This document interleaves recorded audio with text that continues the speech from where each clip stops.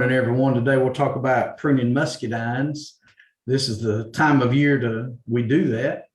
Before I jump into that, if your muscadines are planted, I see this a lot planted very close together. They grow a lot, and there's a lot of pruning that would need to be done. And sometimes if you have some muscadines grow more aggressively than others, if you space them out a little more, it might make life a little simpler.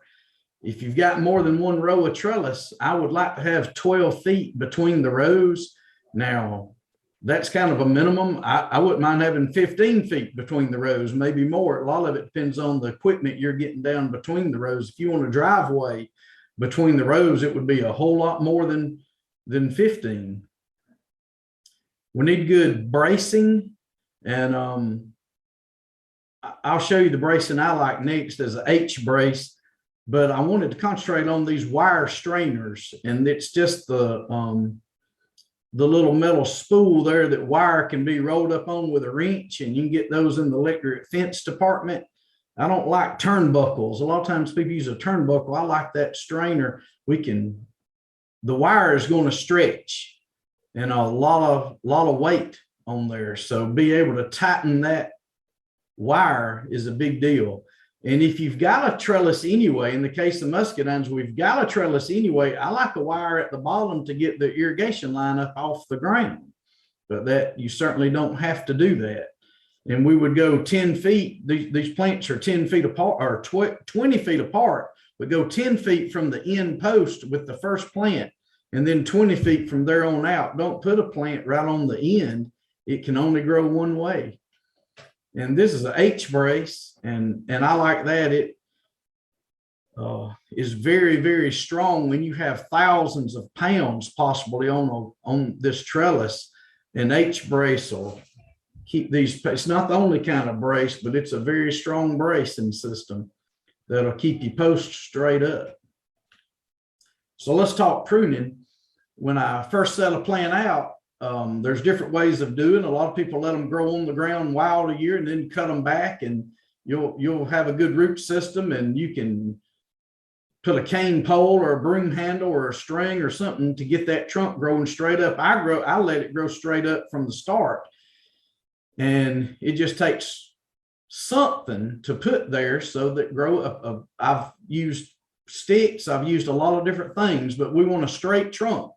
So ever how to get that, I'm probably going to be happy with, but make a straight trunk. And we just want one trunk, not 4 or 5 trunks. We want one trunk growing up. When it gets to the wire, we cut the top of it out. Wherever we cut it, it's going to branch at, and we'll get one. We can call them arms. Cordon is what you'll see them called in the literature. And one cordon will grow one way, and one cordon will grow the other. And I'll fast forward to one. There's a lot of different kind of trellising systems that we're really not going to talk about today, but this is a 2-arm niffing system, and that would be my pick of what I would like the best. But I got a straight trunk here, and one cordon going to the left and one cordon going to the right, and that's what we're trying to establish. The plant will grow a lot more. It's up to the grower to cut it one trunk, and in this case, 2 cordons or arms. We got to remember that muscadines bloom from new growth stemming from 1-year-old wood. So you can have new growth from 2 or 3 or 4 or 5 or 10-year-old wood, but it'll just grow a plant. You got to have new growth stemming from 1-year-old wood. So everything we talk about in the pruning is how do we get 1-year-old wood is what we're interested in. Well, when you have a shoot to grow, last summer it may grow 6 or 8 feet. We prune that back this time of year to like 2 to 4 buds. And I got a picture of one. So that shoot there in the middle might have grew several feet over the last summer.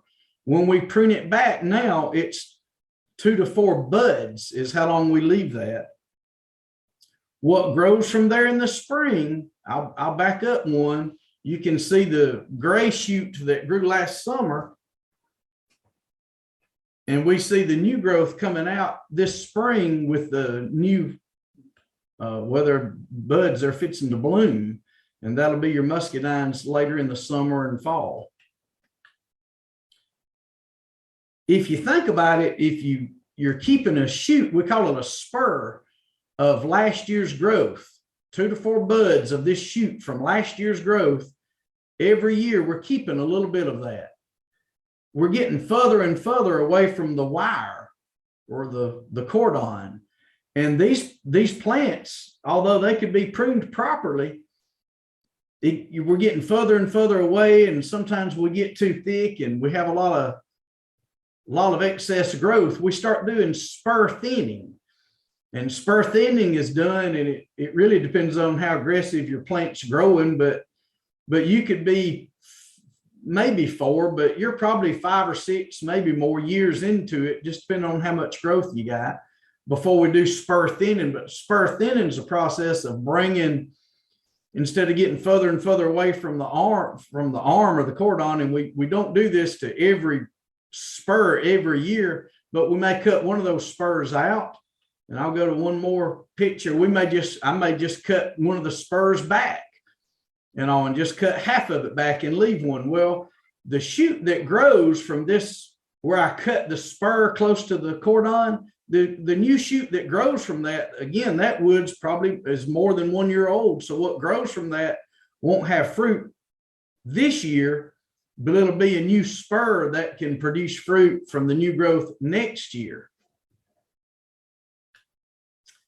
One thing you have to watch is these tendrils. Tendrils can be good and help you wrapping up the plant around a wire, but I still go in there with some kind of straps or material to tie the cordons to the trellis.